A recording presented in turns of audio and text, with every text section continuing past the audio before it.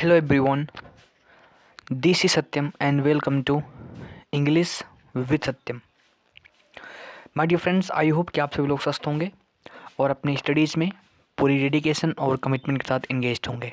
ठीक दोस्तों, तो दोस्तों हमने स्टार्ट की थी मेरी मोस्ट इम्पॉर्टेंट कॉन्सेप्ट सीरीज। उसमें दोस्तों 2 क्लासेस हो चुकी हैं। आज की हमारी तीसरी क्लास है और दोस्तों हमने लास्ट क्लास में 8 कॉन्सेप्ट डिस्कस किए थे, राइट। दोनों क्लासेस को मिलाकर हमने 8 कॉन्सेप्ट डिस्कस किए थे। तो आइए हम आगे चलते हैं। ठीक दोस्तों,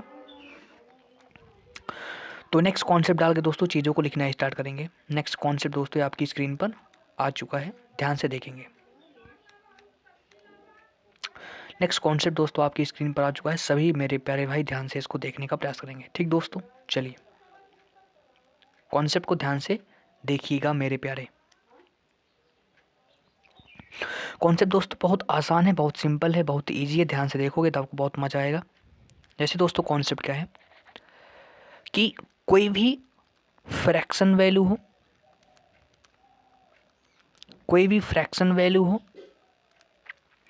या कोई भी परसेंटेज वैल्यू हो, कोई भी फ्रैक्शन वैल्यू हो या कोई भी परसेंटेज वैल्यू हो। जैसे हम बोलते हैं ना 10%, 5%, कोई भी परसेंटेज वैल्यू हो। तो कोई भी फ्रैक्शन वैल्यू जैसे 1/4, हाफ, 3/4, कोई भी फ्रैक्शन वैल्यू हो या कोई भी परसेंटेज वैल्यू हो, प्लस उसके बाद ऑफ एंड देन उसके बाद किसी नाउन का यूज हो। यदि आपको इस प्रकार का स्ट्रक्चर दिख रहा है, तो इसके आगे जो आपकी वर्ब होगी, जो क्या होगी, जो वर्ब होगी, वर्ब के अलावा जो प्रोनाउन होगा, या जो एडजेक्टिव होगा, ठीक है, वो सभी इस नाउन के अकॉर्डिंग फंक्शन करेंगे। सारी चीज़ें क्या होंगी, इस नाउन के अकॉर्डिंग फंक्शन करेंगी। बात क्लियर। नाउन यदि सिंगुलर रहेगा तो अब भी सिंगुलर होगी, अगर नाउन प्लूरल है तो अब भी क्या होगी, प्लूरल होगी। और नाउन अगर अनकाउंटेबल नाउन है तब भी क्या होगी, वो आपकी सिंगुलर ही होगी। ठीक दोस्तों, आपको ऐसा सिखाया जाता है। लेकिन दोस्तों ध्यान से समझिएगा, ये जो आपने कॉन्सेप्ट सीखा है, यदि आपने पहले सीखा है तो इसको एक्सप्लेन करने का ये तरीका गलत होता है। मैं बता रहा हूँ क्यों। क्योंकि हम जानते हैं कि दोस्तों जो ऑफ है एक प्रीपोजिशन है। ऑफ क्या है, ऑफ एक प्रीपोजिशन है। ठीक दोस्तों, मैं भी स्टूडेंट्स को जो स्टूडेंट बिल्कुल बेसिक्स पढ़े होते हैं उनको मैं यही बताता हूँ। अब जिनको प्रीपोजिशन नहीं पता होता इनको मैं क्या बताऊँगा, ठीक है। लेकिन मैं आपको हिंट कर दे रहा हूँ। जैसे क्या है, ऑफ प्रीपोजिशन है, राइट। ऑफ प्रीपोजिशन है, प्रीपोजिशन बाद क्या आता है, ऑब्जेक्ट लेता है। यहाँ पर नाउन क्या है, ऑब्जेक्ट है। अब दोस्तों बताना, जैसे फ्रैक्शन वैल्यू है या जैसे परसेंटेज वैल्यू है। जैसे मैंने कहा कि 1/3, जैसे मैंने कहा लड़कों का 1/3, ध्यान से समझिएगा, मैंने कहा लड़कों का 1/3, तो 1/3 कौन है, 1/3 लड़के तो ही हैं। 1/3 क्या है, लड़के तो हैं। कहने के सेंस है जो ये फ्रैक्शन वैल्यू है कहीं ना कहीं किसको रिप्रेजेंट कर रही है, कहीं ना कहीं लड़कों को रिप्रेजेंट कर रही है ना। तो इसलिए वर्ब कैसी हो जाएगी, इसलिए वर्ब हो जाएगी प्लूरल। जैसे हमने कहा कि आधा पैसा, तो आधा मतलब किसका, पैसे का, और पैसा अनकाउंटेबल होता है, मतलब वो आधा किसको रिप्रेजेंट कर रहा है, आधा रिप्रेजेंट कर रहा है पैसे को। तो पैसा अनकाउंटेबल होता है और जो अनकाउंटेबल होता है वो सिंगुलर होता है, इसलिए वो कैसी हो जाएगी, सिंगुलर हो जाएगी। तो कहने का सेंस ये होता है। तो एट द एंड कॉन्सेप्ट वही बन जाता है कि जैसा ही नाउन होगा वैसे ही आपकी वर्ब फंक्शन करेगी, वैसे ही आपका प्रोनाउन फंक्शन करेगा और वैसे ही आपका एडजेक्टिव फंक्शन करेगा। ठीक है, यहाँ तक बात क्लियर। इसके अलावा दोस्तों, ठीक है, इतनी बात क्लियर हो गई। इसके अलावा दोस्तों मैं आपको और कौन से बताता हूँ। इसके अलावा ध्यान रखना, जैसे मोस्ट ऑफ, जैसे मोस्ट हो गया, ठीक है, सम हो गया, मोस्ट हो गया, ठीक है, सम हो गया। इसके अलावा इनफ हो गया, इसके अलावा क्या हो गया, इनफ हो गया। ठीक है, बात क्लियर।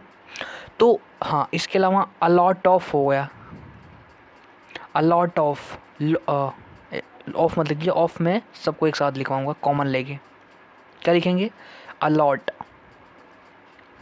या लॉट्स, ठीक है, या लॉट्स, ठीक है।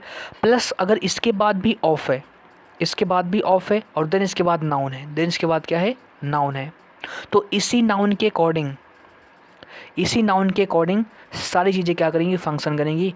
इसी नाउन के अकॉर्डिंग आपकी वर्ब होगी, आपकी, ठीक है, आपका एडजेक्टिव होगा और आपका क्या होगा, प्रोनाउन होगा। क्या होगा, प्रोनाउन होगा। किसके अकॉर्डिंग, किसके अकॉर्डिंग, इसी नाउन के अकॉर्डिंग, इसी नाउन के अकॉर्डिंग। ठीक दोस्तों, बात क्लियर।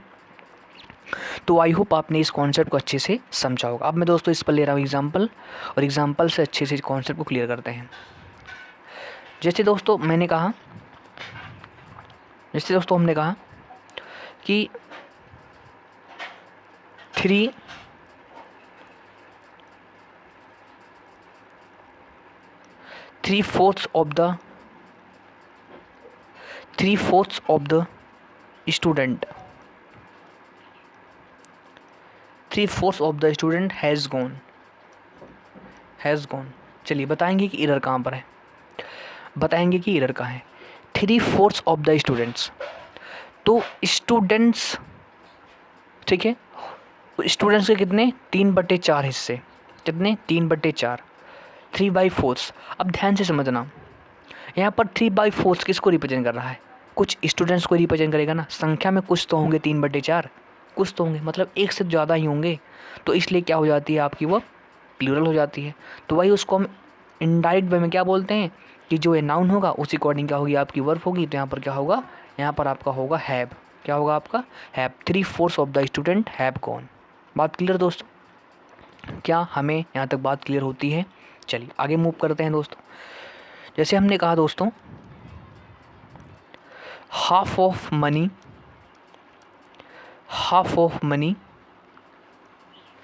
Have been spent. चलिए सभी मेरे प्यारे इसको ट्राई करेंगे कि क्या होगा। Half of money have been spent, ठीक है। तो मनी क्या है, अनकाउंटेबल नाउन है, और जो अनकाउंटेबल होता है उसे हम क्या बोलते हैं, सिंगुलर बोलते हैं। तो क्या हो जाता है, वो हैज़ हो जाता है। तो half of money has been spent, half of money has been spent, ये हमारा क्या हो जाएगा, सही हो जाएगा। क्या हमें बात क्लियर हो रही है। आगे मूव करते हैं। जैसे हमने लिखा, जैसे दोस्तों हमने लिखा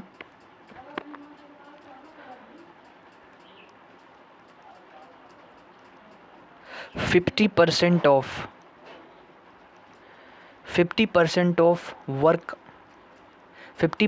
of work has been done. तो आप कहोगे सर बिल्कुल सेंटेंस सही है, क्योंकि वर्क तो आपका एक अनकाउंटेबल नाउन होता है और वर्क अकॉर्डिंग यहाँ पर हाज है आपका, ठीक है। तो 50% of work has been done, क्योंकि यह जो आपकी परसेंटेज वैल्यू होती है वो एट द एंड कहाँ कन्वर्ट होती है, वो एट द एंड फ्रैक्शन में ही कन्वर्ट होती है। तो 50% मतलब हाफ होता है, वही सेम बात हो गई। तो मैंने सेम कॉन्सेप्ट आपको बता दिया। अगला दोस्तों एग्जांपल लेते हैं। जैसे हमने लिखा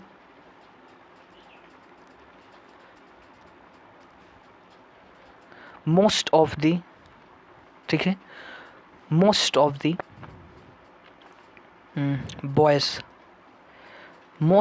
बॉयज़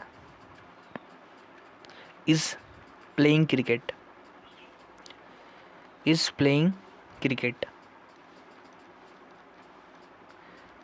चलिए सभी मेरे प्यारे ट्राई करेंगे क्या होगा। Most of the students is playing cricket, तो सिंपली कहोगे sir most of the students, अब सॉरी स्टूडेंट्स कह रहा हूँ, मोस्ट ऑफ द बॉयज़। अब बॉयज़ किस, अब यहाँ पर जो मोस्ट है किसको रिप्रेजेंट कर रहा है, आप कहोगे सर बॉयज़ को ही रिप्रेजेंट कर रहा है।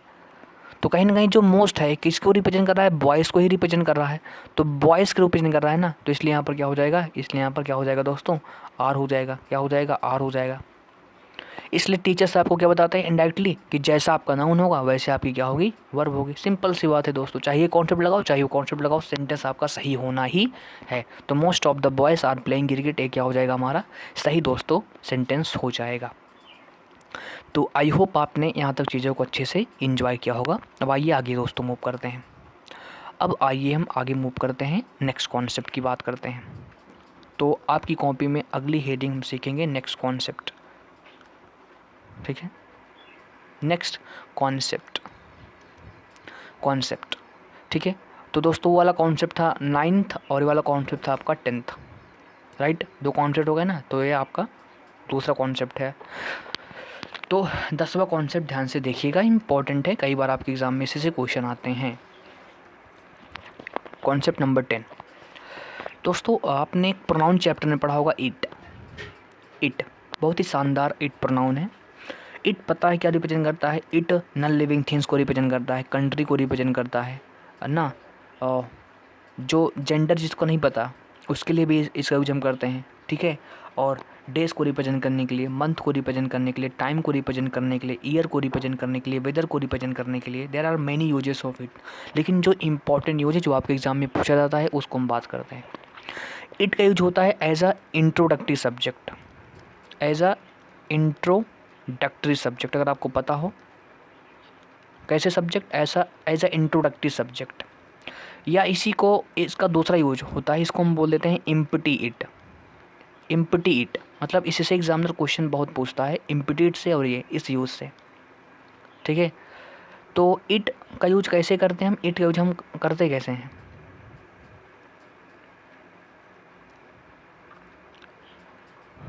ठीक है, इट का यूज हम कैसे करते हैं दोस्तों? इट का यूज हम करते हैं कैसे? इट का यूज हम करते हैं एज ए इंट्रोडक्टरी सब्जेक्ट और एज अ इम्पटी इट, मतलब खाली होता है, मतलब इसमें कोई, इसकी कोई मीनिंग नहीं होती, बस ये इंट्रोडक्शन के लिए आता है। किसके लिए आता है? मैंने किसके लिए आता है? इंट्रोडक्शन के लिए आता है। ध्यान से समझना, मैं इसको बहुत अच्छे तरीके से आपको एक्सप्लेन कर रहा हूँ। और इट होता है आपका एक सिंगुलर। इट क्या होता है? सिंपली इट किसी सिंगुलर ऑब्जेक्ट को ही रिप्रेजेंट करता है, सिंगुलर चीज़ को रिप्रेजेंट करना है, यानी सिंगुलर प्रोनाउन है। अगर सिंगुलर प्रोनाउन है तो इसके बाद आप कैसी वर्ब यूज करोगे? एक सिंगुलर वर्ब ही यूज करोगे ना। जैसा सब्जेक्ट होता है वैसी वर्ब होती है, सब्जेक्ट वर्ब एग्रीमेंट में आपने सीखा है। तो इट के अकॉर्डिंग क्या होगी? जैसी आपकी सब्जेक्ट होगी वैसी आपकी वर्ब होगी, तो इट के अकॉर्डिंग आप यहाँ पर सिंगुलर वर्ब का यूज करेंगे। प्लस अब दोनों तो ध्यान से समझना, ध्यान से समझना, ठीक है।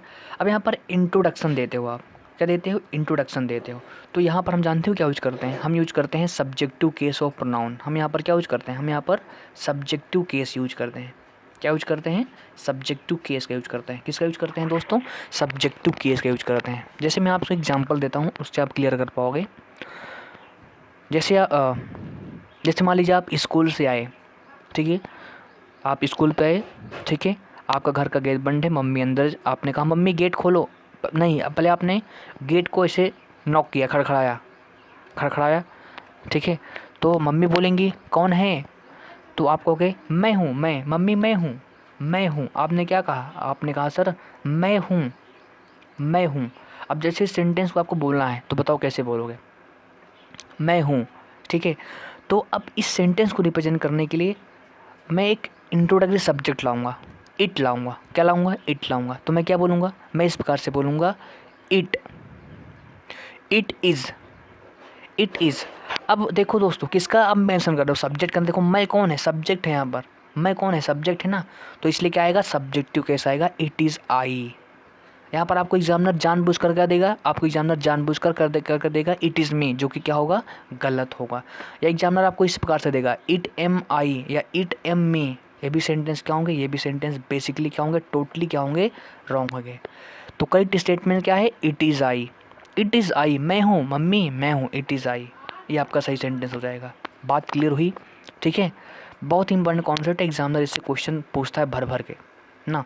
जैसे अब मैं आपसे इसी से क्वेश्चन पूछ रहा हूँ। जैसे मैंने कहा, जैसे दोस्तों हमने कहा इट, इट वर दे, या हमने कहा इट वर देम, या दूसरा एग्जांपल लेते हैं, बहुत अच्छे समझ में आएगा आपको। जैसे हमने कहा, क्या कहा भाई? हमने कहा it, it are us, it are us who, who who will help you, who will help you. चलिए बताइए, बताइए। जैसे दोस्तों आपके सामने सेंटेंस है, क्या मिस्टेक है? तो पहली मिस्टेक क्या है आपको? सर इट के साथ सिंगुलर वर्ब आएगी पहली चीज़ ना। तो इट के साथ यहाँ पर क्या आएगा? It is, it is. अब यहाँ पर इट, इसके बाद क्या आता है? सब्जेक्टिव केस आएगा, तो यहाँ पर क्या हो जाएगा? वी आएगा। तो it is we who will help you, ये हमारा सही सेंटेंस हो जाएगा। बात क्लियर हुई? आगे मूव करते हैं, अगला दोस्तों एग्जाम्पल लेते हैं। जैसे हमने कहा it am I, it am I who is ready to help you, who is ready to who is ready to help you, who is ready to help you. चलिए बताइए क्या एरर हो सकता है इसमें। आप कहोगे सर इट एक सिंगुलर प्रोनाउन है, तो इसके अकॉर्डिंग यहाँ पर क्या आएगा, इसके अकॉर्डिंग यहाँ पर आएगा इज, क्या आएगा, इज आएगा, इट इज़। ठीक है, आई सब्जेक्टिव केस, ठीक है। अब क्या देखते हैं आगे सेंटेंस, ठीक है। हु क्या है, हु एक रिलेटिव प्रोनाउन है, हु क्या है, हु एक रिलेटिव प्रोनाउन है। अब जो रिलेटिव प्रोनाउन होता है उसका काम क्या होता है, जैसे नाम से स्पष्ट है रिलेट करना। ये क्या रिलेट करता है, इसके पहले जो एंटीसीडेंट होता है, इसके पहले जो एंटीसीडेंट होता है और इसके बारे में जो आगे इन्फॉर्मेशन दी जाती है उसे रिलेट करता है। ये तो आपको पता ही होगा कि जो रिलेटिव प्रोनाउन होता है वो रिलेट करता है, किसको रिलेट करता है, इस रिलेटिव प्रोनाउन के पहले जो सब्जेक्ट यूज होता है और इसके बारे में आगे जो इन्फॉर्मेशन दी गई उससे रिलेट करता है, उसको हम बोलते हैं रिलेटिव प्रोनाउन। तो यहाँ पर जो एक इन्फॉर्मेशन दी गई है is ready to help you, एक किसके बारे में दी गई है, आपको सर आई के बारे में दी गई है, तो आई अकॉर्डिंग यहाँ पर क्या होगा, एम होगा, क्या होगा, एम होगा, ना कि इज़ होगा। तो it is I who am ready to help you, ये हमारा करेक्ट दोस्तों सेंटेंस हो जाएगा। It is I who am ready to help you. क्या हमें यहाँ तक बात क्लियर होती है डियर। चलिए, तो आई होप आपने यहाँ तक के कॉन्सेप्ट को प्रॉपर्ली समझा होगा, ठीक है। तो इट के बाद हमेशा कैसी वर्ब आएगी, इट के बाद हमेशा सिंगुलर वर्ब आएगी और इसके बाद सब्जेक्टिव केस यूज करोगे और आगे रिलेटिव प्रोनाउन से रिलेटेड कुछ आपसे क्वेश्चन पूछे जा सकते हैं, तो उसको आपको प्रिपेयर करके चलना है, ठीक है दोस्तों।